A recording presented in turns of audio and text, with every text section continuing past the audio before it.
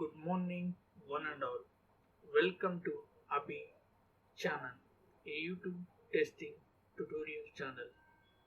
Let us gain knowledge on testing concepts.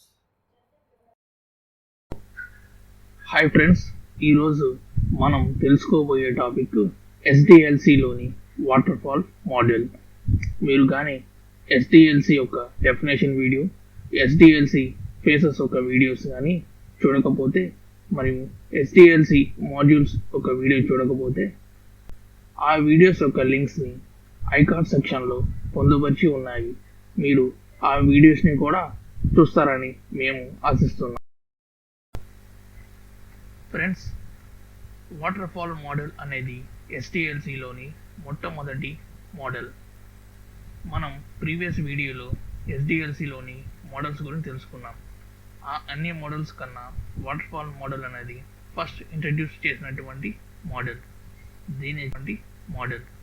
దీనికి sequential model అని ఇంకో పేరు కూడా ఉంది. దీన్ని linear sequential life cycle model అని కూడా పిలుస్తారు. ఈ పేర్లు ఎందుకు వచ్చాయో మనం తెలుసుకుందాం. ఈ వాటర్ఫాల్ మోడల్లో 6 ఫేజెస్ ఉన్నాయి. అవి ఏమిటి అంటే requirement analysis, system design, implementation, system testing, system development and system maintenance.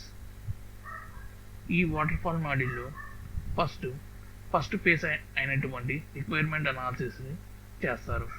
ఆ రిక్వైర్మెంట్ అనాలిసిస్ పూర్తి అయిన తర్వాతే రెండో ఫేజ్ అయినటువంటి సిస్టమ్ డిజైన్ని చేస్తారు. ఆ విధంగా ఫస్ట్ ఫేజ్ కంప్లీట్ చేసిన తర్వాత సెకండ్ ఫేజ్కి వెళ్తారు. ఆ తర్వాత థర్డ్ ఫేజ్కి వెళ్తారు. ఈ విధంగా ఒక సీక్వెన్షియల్ పద్ధతిలో ఈ వాటర్ఫాల్ మోడల్ని ఇంప్లిమెంట్ చేస్తారు. ఈ ఓవర్లాపింగ్ అనేది ఉండదు.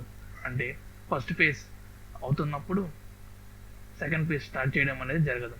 ఫస్ట్ ఫేజ్ కంప్లీట్ అయిన తర్వాతే సెకండ్ ఫేజ్ అనేది స్టార్ట్ అవుతుంది.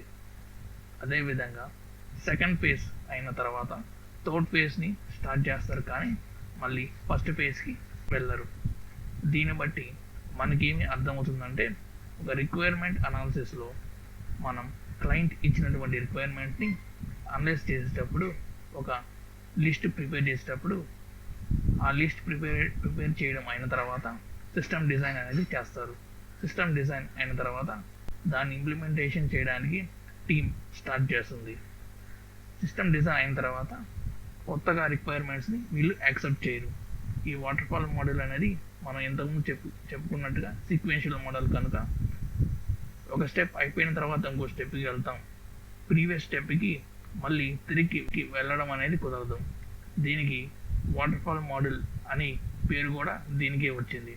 వాటర్ అనేది ఈ పిక్చర్లో చూపిస్తున్నట్టు పైన స్టెప్ నుంచి సెకండ్ స్టెప్ నుంచి థర్డ్ స్టెప్కి పడద్దు, కానీ వాటర్ అనేది తిరిగి పైకి ప్రవహించదు. అందు కారణంగా చేత దీనికి వాటర్ఫాల్ మోడల్ అనేది పేరు వచ్చింది. ఏ ప్రాజెక్ట్లో అయితే ఫిక్స్డ్ రిక్వైర్మెంట్స్ ఉంటాయో ఆ ప్రాజెక్ట్లో ఈ వాటర్ఫాల్ మోడల్ అనేది ఆ వాటర్ఫాల్ మోడల్ ద్వారా ఆ ప్రాజెక్ట్ని ఇంప్లిమెంట్ చేస్తారు.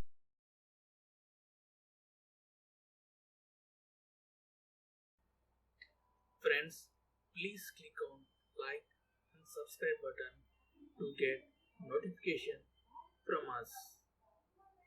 And also, please share this channel to your friends who are eager to learn testing concepts.